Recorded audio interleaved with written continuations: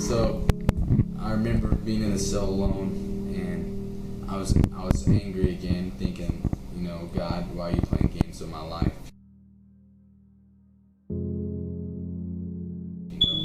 So I bowed down and I started praying, and I said an angry prayer. I said, God, why are you doing this to me?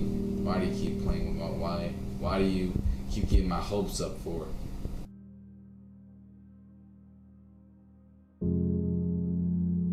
And after I said that prayer, I was angry, and I was just determined that I wasn't going home.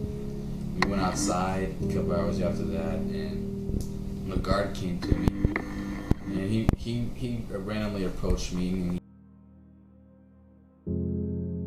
he was talking to me, and he said, "Do you know what time you're leaving?" And I said, "No, all I know is that my mom told me that I was going to be going home soon."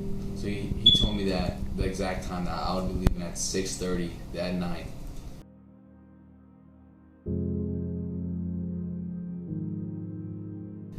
And so that was God talking to me and telling me that he was answering that angry prayer that I. Yeah, letting you know. So, do you feel like God he showed you mercy?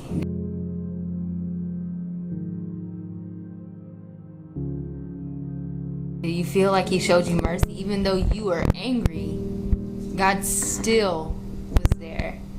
How did that make you feel? Did it make you think differently of how you were angry, understanding that, hey, things do get better? Or how did it make you feel when you realized that maybe I shouldn't be being so angry? Or Well, look, when I started praying to God, I thought he wasn't listening at first. I was thinking, maybe I'm not praying right. Maybe he's not hearing me,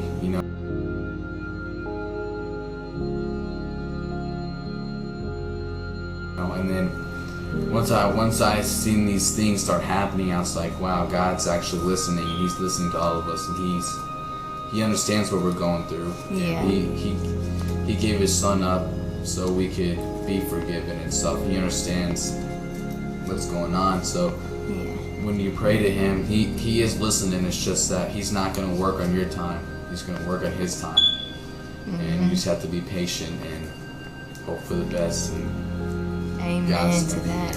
Amen.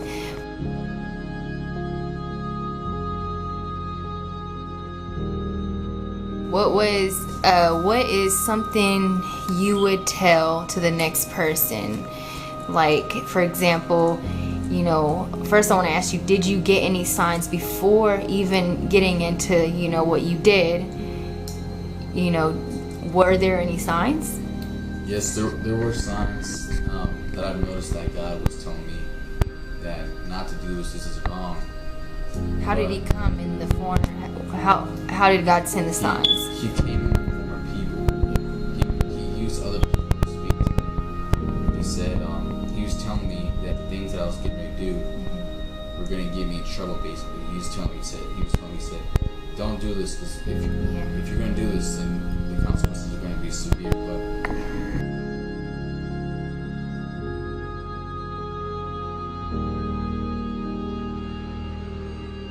I wasn't listening, and I blew him off, and that's what happened. I got in trouble because I was hard-headed and I didn't listen to God. So now you've been through this experience. What is the ultimate thing that you want to do? That you gained all this wisdom now. So what are you gonna do in return?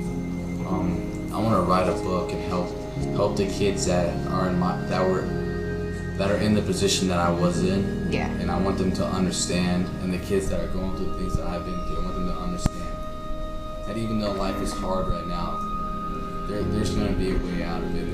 God's always going to be there for you. So if you always feel down and alone, just know that there's that one person that's always going to be with you, and that's God. Yes. Amen. Yes. Thank you, Izaiah. Thank you. Is there one last thing you want to share before you go?